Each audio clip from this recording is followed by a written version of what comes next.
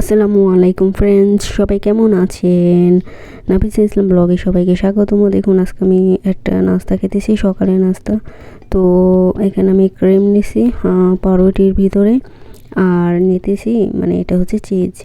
তো এটা দিয়ে আমি এখন সকালে নাস্তা করব। তো দেখুন আমি সবাই আমার পুরো ভিডিওটা দেখবেন প্লিজ, সবার কাছে অনুরোধ। আর সবাই যারা আমার চ্যানেলটিকে সাবস্ক্রাইব করছেন সবাইকে অনেক অনেক ধন্যবাদ।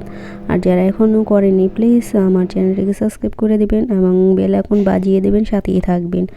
তো দেখুন এখন আমি এটা হচ্ছে মুরগি। তো মুরগিটা আমি ফ্রিজ থেকে বের করে ভিজিয়ে রাখছিলাম। তো এখনও তো আমি একটু ভালো করে ধুবো, ধোয়ার পরে আমি এটা গ্রিল চিকেন করব। তো সবাই আমার পুরো ভিডিওটা দেখুন, আর আমি কীভাবে করে এভাবে দেখবেন, আপনারা বাসায় বানিয়ে খেতে পারেন যারা যারা মুরগি পছন্দ করে, মুরগি পোড়া।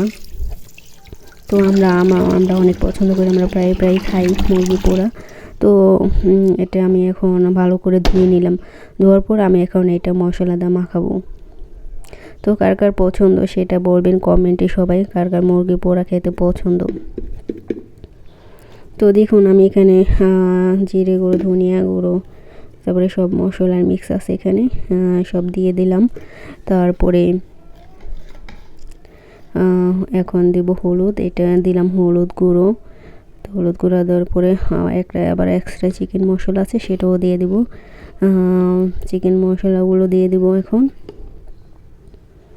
দেখুন আমি চিকেন মশলাটা দিয়ে দিলাম, আর দিব এখন আদা রসুন। তো সব দিয়ে সব মিক্স করে তারপর মুরগিটাকে মাখাবো। এখানে তেল দিয়ে দিলাম আমি।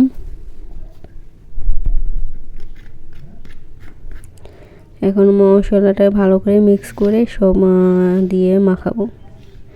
তো দেখুন আমি এখানে আলু কেটে পেঁয়াজ কেটে রাখছি, এটাও দিব মুরগির পেটের ভিতরে ঢুকিয়ে দেবো, তো এটা ভাত দা খাওয়ার জন্য। তো আমি এখন দেখুন সব মশলা এখন মাখাইতেছি। মাখানো মিক্স করার পর আমি মুরগিটাকে ভালো করে মাখাবো। তো দেখুন এটা আমার মাখানো হয়ে গেছে। তো এই মুরগিটা গরম গরম ভাত দিয়ে বা পোলাও দিয়ে সব কিছু তো খাওয়া যায়, খিচুড়ি দিয়ে মুরগি, তো আবার নান রুটি দিয়েও খাওয়া যায়। তো দেখুন আমি মুরগিটাকে বসিয়েছি, একটু নিচে পেটের ভিতর পানি আছে, আর পানি থাকলে মুরগি ভালো মন্দ পোড়া হয় না, এই জন্য আমি পানিটা এমনি বসে দেখা মুরগি কেমন দেখা যাইতেছে। তো আমি বসিয়ে রাখছিলাম, অনেকক্ষণ পানি ঝরে গেছে, এখন আবার ভালো করে মাখাবো। তো ভালো করে মাখিয়ে তো সবাই দেখতে থাকুন আমি কিভাবে করি। তো এইভাবে আপনারা করে দেখবেন, খেয়ে দেখবেন, খুবই খুবই মজা লাগে, অনেকে মজা, এভাবে ভেরি টেস্টি। তো আমি এখন মশলাটা ভালো করে মাখিয়ে এখন আমি এই যে কাঁটা চামচ দিয়ে একটু যাতে মশলাটা ভিতরে ঢুকে মাংসের ভিতরে, কারণ আমার ভিতরে যদি সাদা সাদা থাকে মশলা থাকে তাহলে ভালো লাগে না। তো এইভাবে মুরগিটাকে মানে কাঁটা চামচ দিয়ে ছিদ্র করলে মানে ভিতরে মশলা যায়, তো মশলাটা গেলে মুরগিটা খেতে খুবই ভালো লাগে। তো দেখুন আমার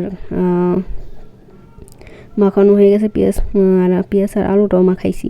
মাখানোর পর আমি সব মিক্স করে মশলা দিয়ে মাখাই। এখন অ্যালুমিনিয়াম কাগজে এটা ভিতরে পেঁচিয়ে দুইটা দিব, একটা 2 পাল্লা দিব আর কি অ্যালুমিনিয়াম কাগজে। তো এইভাবে পেঁচিয়ে দিলে আর কি মুরগিটাকে ভালো করে পোড়া হয়, মুরগি কোনো সমস্যা হয় না। তো এখন আমি আগুন জ্বালিয়ে কয়লা জ্বালাবো, কয়লা করে আগুনের ভিতরে বসিয়ে দেব।